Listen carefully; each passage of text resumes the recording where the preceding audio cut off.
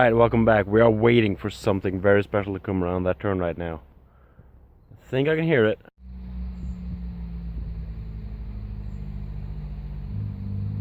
Sounds like a tractor. And it is.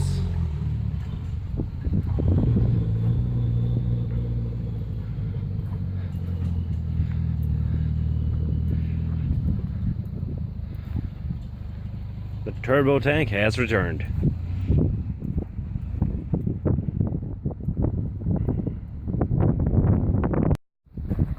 That is right, the Turbotank, right back where it belongs. Well, doesn't belong here, but yeah. It's where it was made. And this time, if this thing doesn't end up going to the Oslo Motor Show, it will be receiving everything it needs to become legal, which means remove those 5, raise it back up, remove all the yellow tint from all the lights, exhaust, of course, that one can be there, has to run it underneath the car. That tint, it's not legal.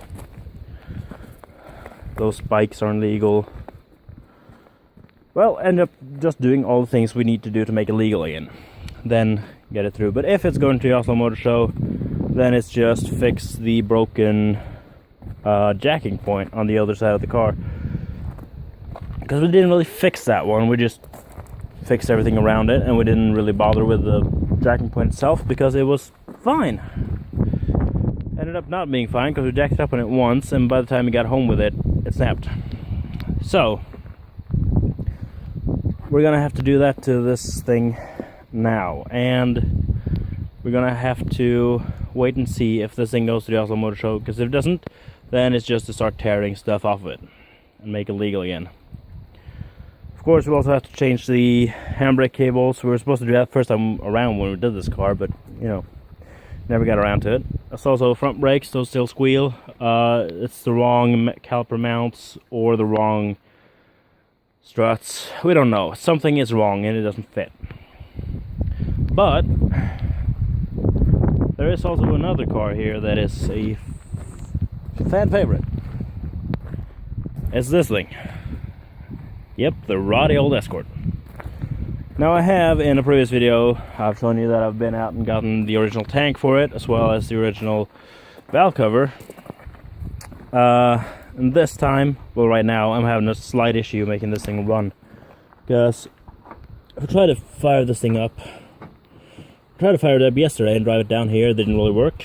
It was out of fuel, so I put some fuel in it, and well,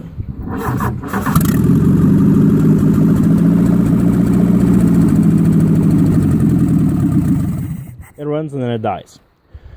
The reason is that it's not getting enough fuel, so I have to hold the choke. I don't really know why the choke isn't working, because it's supposed to. I mean, I got power wire here to that one, but nothing really happens. So I do want to drive this thing back up to the garage where I keep it, but that kind of means I have to make it run so I can drive it up. It's kind of difficult to drive it if I'm supposed to sit inside and drive it and still hold the choke strut. Other news, I mentioned it in the video about the Taunus. I don't know which one of those videos that are going to come out first, because, well, this is being shot back to back. Those seats, these two, are the ones that used to be in here. Reason they're not here anymore is, well, number one, my brother wants them in the Taunus, and if you'll flip open this thing, I have those Momo T2000 buckets, not for race use. So these are going in the Escort, and I just trial fitted them. Well, not trial fitted them, I just put them in there, and they already fit a lot better than those did. Because with these shoulder pads on either side, those two, that one would hit the door, that one would hit the passenger seat, and well, you can see how that works out. And they both were tilted in there to make them fit inside the doors, which wasn't really optimal. But with those Momos, those fit a lot better. I can put both in there and still have room in between the occupants and the doors. So those are going to be coming in there. And other news, I might end up getting a parts car that I can hack the rear fender out of, as well as a few other things. I need, of course, brakes, rear brakes for the axle. I need these things, the defrosters and heats.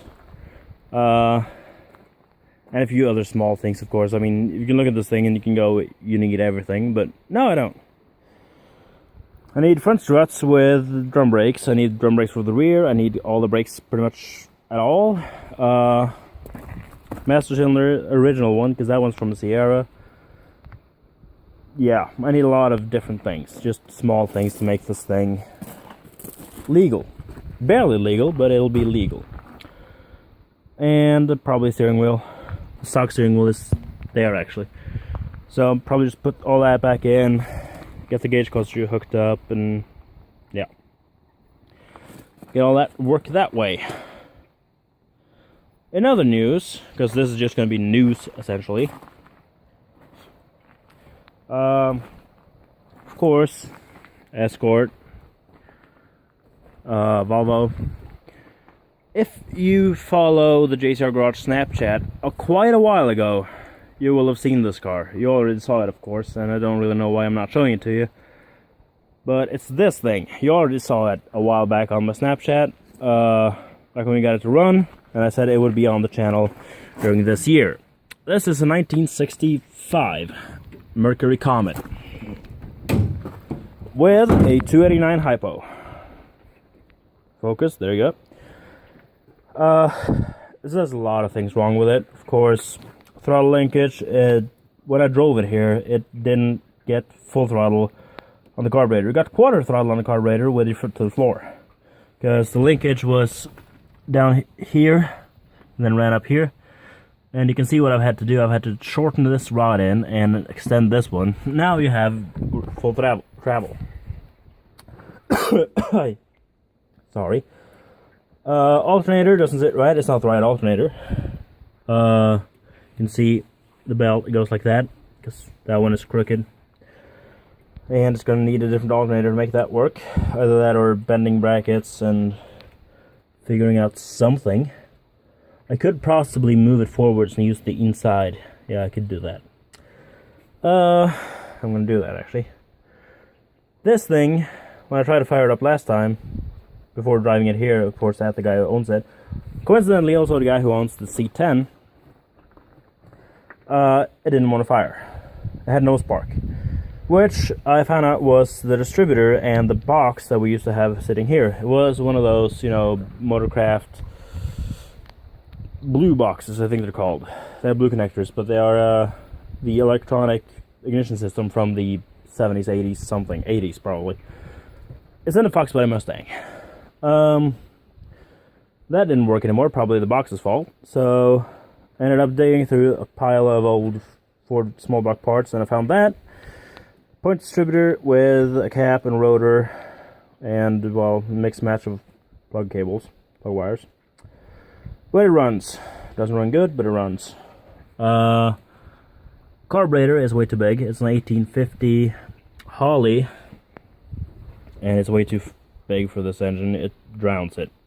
And, of course, someone has removed the choke. I can understand why, because the carburetor is already way too big, so using a choke on this thing would just, well, drown it. Of course, if you are keen-eyed, and I walk around like this, you will see that the wheels have 4 studs, which means this was a straight 6 car. And of course, that's where most of the problems with the engine comes in. It was a straight 6 car, someone put a V8 in it, and it didn't do it right. Other news, it has, I think it's an FMX or a C4 or a C6. I haven't checked, really. I just know that it's not one of those that the shifter I bought for it will fit on. I bought one of those. It's a TCI shifter, if I remember correctly. Meant to use, well, yes, TCI says it on the handle. Meant to use on pretty much anything. And we installed it without having the seat in it, which was a mistake because you can't pull it all the way back without it touching the seat. So we'll have to fix that, probably move it further forwards, and hope that you won't bash your hand on. Here we still have some travel room. You can move it forwards quite a bit. I think we mounted it here to actually have some access to the bolts, because we were on the garage floor and we didn't want to hassle with the transmission. But I'm going to have to drop that out anyway, because someone has been way too happy with the welder and completely screwed up the mountings and everything. So I have to drop the transmission a little bit down to get the cable on and the fastener for the cable. Of course, the wheels are not stock. Those are off of my old 1988 Nissan Laurel. All the tires have been used. They are pretty much down to the cord, a lot of them. Of course, Comet, it's based on the Falcon. It's pretty much one of those, almost.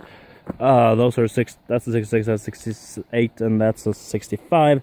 We used to have a 64 and a 65 Falcon, so I could show you, but, you know, if you just Google 1965 Ford Falcon, you will see that it's the same from about here and up to there. Because the Falcon has that profile going all the way up. And, yeah, it doesn't have the slanted one, it has just regular 7-inch headlights instead of two 5 3/4. But all in all, it is a pretty good solid car. It has some rust, it has some issues. Of course, you can see the seats are awful. It's been meant to, well, roam around with your buddies while they're drinking. And probably make some noise with that V8. Of course, it's a 289 HiPo. I'm not sure it's 289 HiPo. The intake says it's a 289 HiPo. But according to the ones you bought it from, of course, you should never trust that. It has more. Well, it probably is a 289 HiPo, according to them. But we don't know. We haven't checked the numbers, so just checked the number on the intake, which is a stock Ford 4-barrel off of a 289 HiPo. Paint is falling off. That's a new one. That I haven't seen until now. The paint's actually falling off this thing. And it's there's a lot of rust in the rear doors.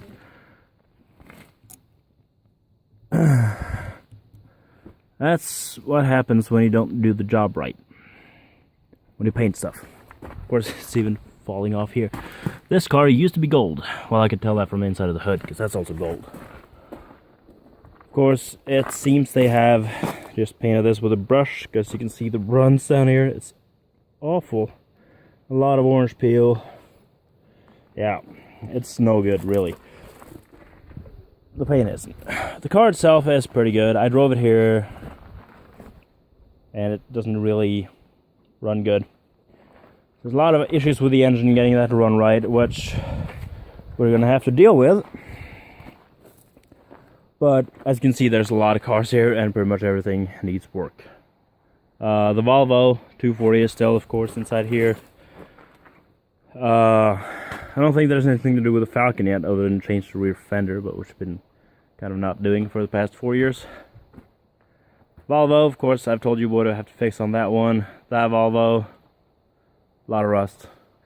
Land Cruiser is done, so I don't really know why it's still sitting here.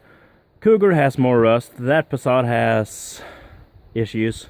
ABS, serpentine belt, brakes, stuff like that. Escort, of course, has to be made original.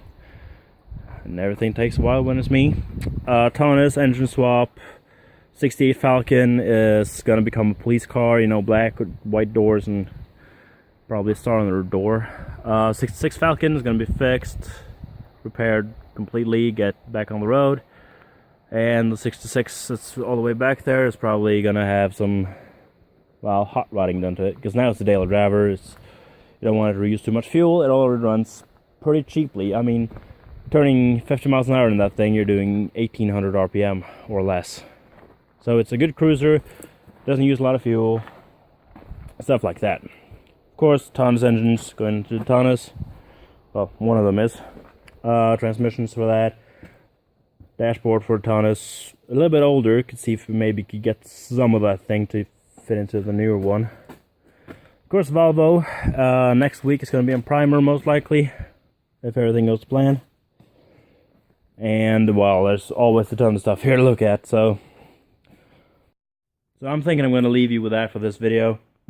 And thank you very much for watching. As always, you should. Drop a comment down below. Like, comment, and subscribe, of course. And I'll see you in a later video. Take care.